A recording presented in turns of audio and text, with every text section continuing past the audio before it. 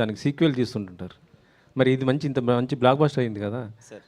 మరి ఏమైనా sequel prequel అంటే ఇది ఎంటర్టైన్మెంట్ సబ్జెక్ట్ ఇందాకే రాయి సార్ అంటున్నారు, ప్లాన్ చేద్దాం సార్ అని ఆలోచిద్దాం సార్.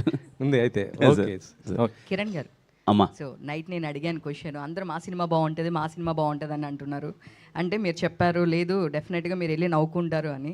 సో నిజంగానే నవ్వుకున్నాము. థ్యాంక్ యూ అమ్మ, thank you so congrats. Much. Bus నేను బాగా ఎంజాయ్ చేసింది వెన్నెల కిషోర్ గారిది, ఇంకొంచెం సేపు ఉంటే బాగుండు అనుకున్నాము. ఆ సీక్వెన్స్ అయితే నేను చాలా బాగా ఎంజాయ్ చేశాను. వెన్నెల కిషోర్ గారు ఉన్న కొంచెం టైం అయినా బట్ ఇంకొంచెం ఉంటే బాగుండు అనిపించింది అది మాత్రము.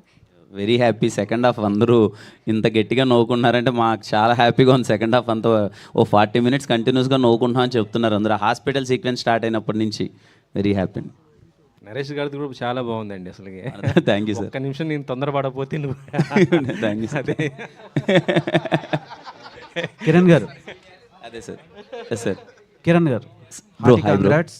మంచి కమర్షియల్ కామెడీ ఫ్యామిలీ ఎంటర్టైనర్ చూశాను చాలా రోజుల తర్వాత. Thank you so much bro, very happy మీరు ఆ మాట అన్నారు. బై హార్ట్ చెప్తున్నాను, త్రూ అవుట్ ఫిలిం నేను పగలబడి